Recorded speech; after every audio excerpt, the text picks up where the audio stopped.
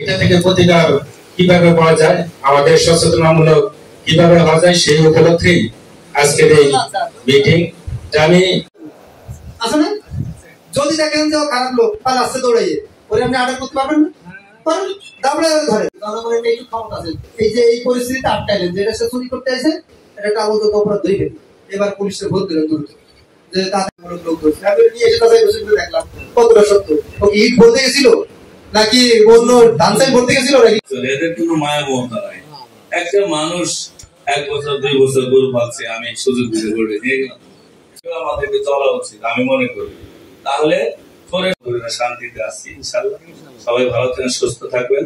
আর আমি দোয়া চাই সবার কাছে, আমিও আপনার জন্য দোয়া করি আল্লাহ রাব্বুল আলামিন যেন সবাইকে সুস্থতা দান করেন। সবাইকে ধন্যবাদ। আসসালাম। কোন মিটিং অদ্যাবধি পর্যন্ত হয় নাই, ঠিক কিনা? এই জন্য আমরা সবাই তাকে আন্তরিক ধন্যবাদ জ্ঞাপন করছি। ওনার সুস্থতা কামনা করি। উনি মধুর আসছেন, উনি মধুরকে সুন্দর ভাবে সাজিয়ে নিচ্ছেন। আমাদের ম্যাডামও খুব ভালো মানুষ।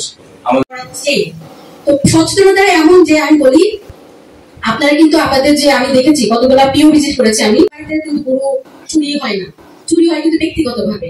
তো 2টা 3টা 4টা এরকম আমি দেখেছি, সেখানে দেখেছি যে গরু চুরি হয়েছে 4টা, কিন্তু চারপাশে টিনের বেড়া না দেয়, তাহলে পুলিশ যে আমরা আটক করতে পেরেছি, সবগুলা চোরকে আটক করতে পেরেছি। কিন্তু সেটা তো 1 মাস 15 দিন আমাদের কিভাবে রক্ষিত থাকবে।